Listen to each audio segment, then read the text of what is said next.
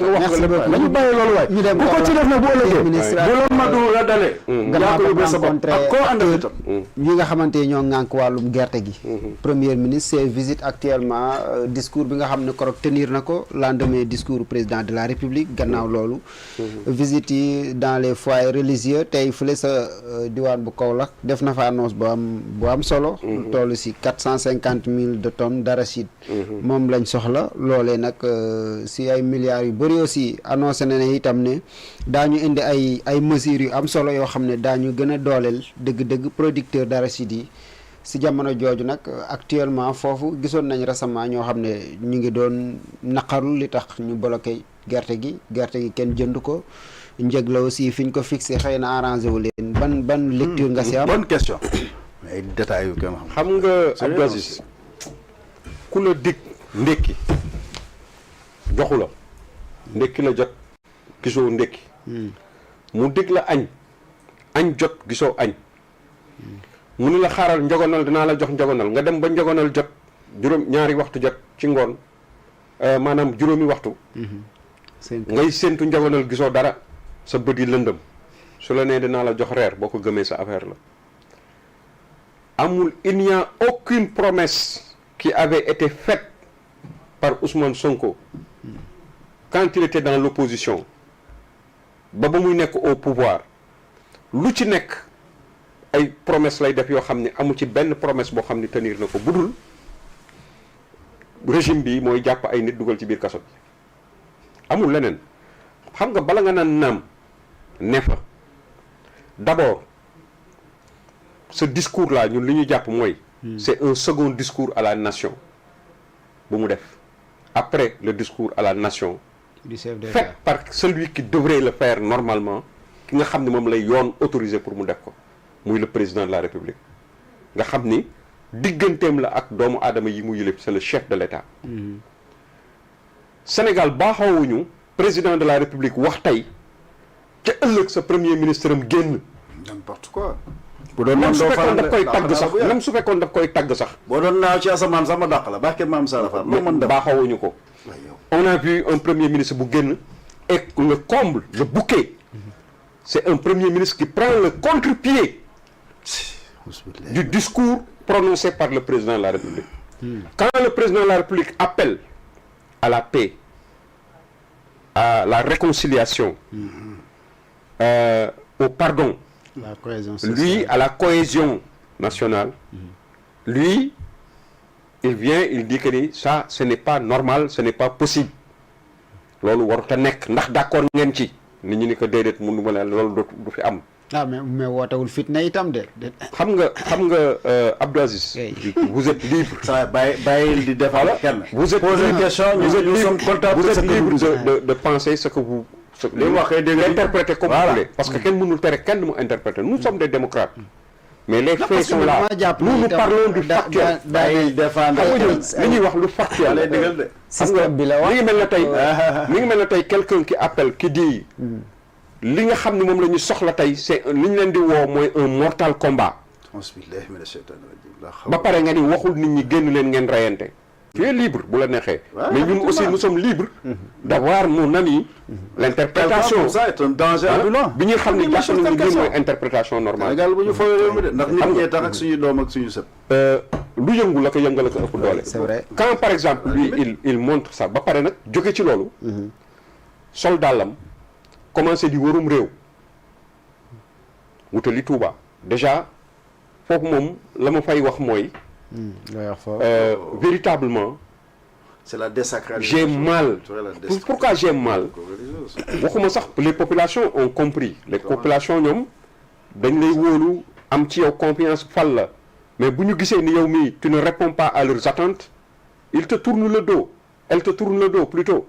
et c'est ce qui a été constaté au niveau de Touba les populations les masses fondamentales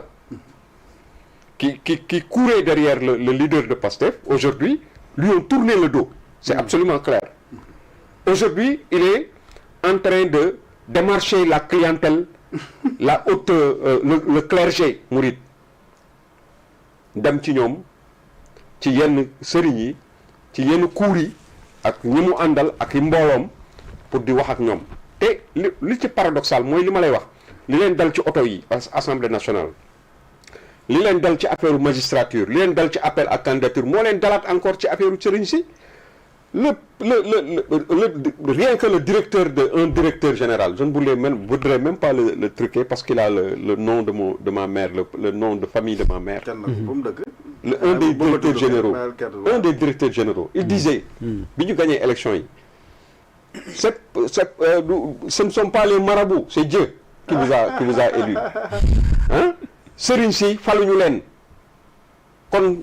le président dem nañu sax benn waa juy dox fee ñu ne dem nañu sax ba di jéem a dox diggante président de la république ak sëriñ si président toog na combien de temps la toog tuddul sax benn sëriñ boo yàlla def xelam ubbeeku ci loolu ca tabaski ja xaw ma ca korite ga mu dal di ñëw def benn affaire bu nga xam ni tout le monde l'a salué parce que jaaxaloon na Sénégal de souche yëpp sénégalais yi nga xam ni ancré yëpp jaaxaloon nañ leen parce que xam nañ ni réew mi noonu la tëddee dafa am ay réalités yoo xam ni kenn mënu ko dindi tey buñ ko gisee ñoom ñi nga xam ne dañu jàppoon ni sëriñ si dañu àndoon ak nguur gi fi nekkoon tey ñoom ci seen bopp ñooñu nga xam ne dañu doon wax naan sëriñ si ci système bi la ñu bokk ñoom bu ñu demee ba toppaat encore ñëw topp ci bu toppee ci sëriñ si di daw ci ñoom di wut seen maanaam seen ñaan wala di wut seen taxawu surtout du ñaan sax parce que ñaan gi moom yaakaar naa ni yaakaaru leen ci waaw parce que li ñu yaakaar ci ñoom peut-être mooy taxawu bi parce que homme politique la ñaan gi ñun ñëpp ko soxla ni mu ko soxla noonu la ñëpp soxlaa ñaan mais li wóor te wér mooy fondamentalement moom la ko gën a ñor mooy l'aspect politique la nga xam ne dana ko mën a am engranger en termes de bénéfice politique loolu la doon wuti foofu loolu da koy wuti mais nag li ma ci gën a metti man et je le dis à haute et intelligible voix je suis mouride fondamentalement tout le monde le sait mais am na ci ñu nga xam ne yenn sëriñ ñu nga xam ne nañu def attention parce que tamit li ñu yore il faut que ñu xam li ñu nekk ci seen loxo di ndonoy Sëriñ Tuubaa du lu nga xam ne nit daf koy jël di ko vendanger pour ay affaire u àdduna jaru ko parce que tamit nit ñu nga xam ne barke démb ñi nga xam ne ñoo nekk ci seen langue gis nañ leen ñu taxaw amul lu ñu yekkul suñu sëriñ si ki nga xam ne moo fi toog jataayu Sëriñ Tuubaa ci boppam amul luñ ko yekkul ci àddina te ñoom rek la du keneen du beneen langue ñu ànd ak ñoom ñoo ko def te kenn mësu leen dégg ñu taxaw ni bu leen waxati lii diw wala bu leen nangamati diw nangam du suñu sëriñ rek sëriñ yi nekk Sénégal yëpp lañ ko def taxaw ŋàññi leen xas seen njaboot tuumaal seeni soxna tey mu am ci ñooñu ci seen njaboot ak wala ñu bokk ak ñoom ñu toog mel ni comme di xëccoo toog ak moom wala di photo ak moom wala di def ak moom naka su dul noonu loolu dama koy ñaawlu au plus haut point gis naa sax koo xam ni daf ko sant dafa amee sant bi bokk ci askan bi donte politique la mu toog position de vassal toog ak moom mel ni comme gis nga mu ngi toog ak kilifa gu day ne xalifa maam Thierno ndaamal daaru borom daaru muxti kilifa gi nga xam ne moo ko toogal tey jataayam nga xam ne maam Thierno la amul werante nga gis ni intérêt bi ñu jox premier ministre bi ñu toog ci seen wet sax bokkul ak li nga xam ne moom cër bi ñu waroon jox sëriñ bi nañ ko bàyyi nale ñoom ñëpp ñu nga agglutiné wu ñiy toog ci suuf mel ni comme ay day nit ñu nga xam ne des obligés te nit koo xam ni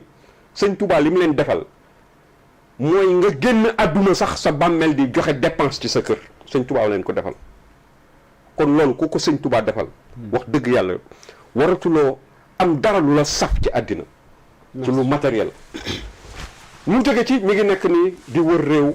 di dem ci ay campagne gis nañ ko mu soppi. il a été accueilli chaleureusement fële sa kaw la. si béykat yi Ismaël di tàgg.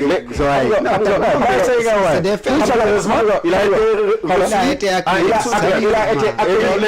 ay faits la. est-ce que bu boonoon da ngay wax xolo il a été accueilli avec des revendications des paysans. il a été les paysans lion bu li chaleureusement mooy ñu koy tàccu. wala ñu d'accord ci li mu wax mais dañu ñëw ñaxtu ci kanamam dañu ñaxtu. tàccu yi am na paysans yi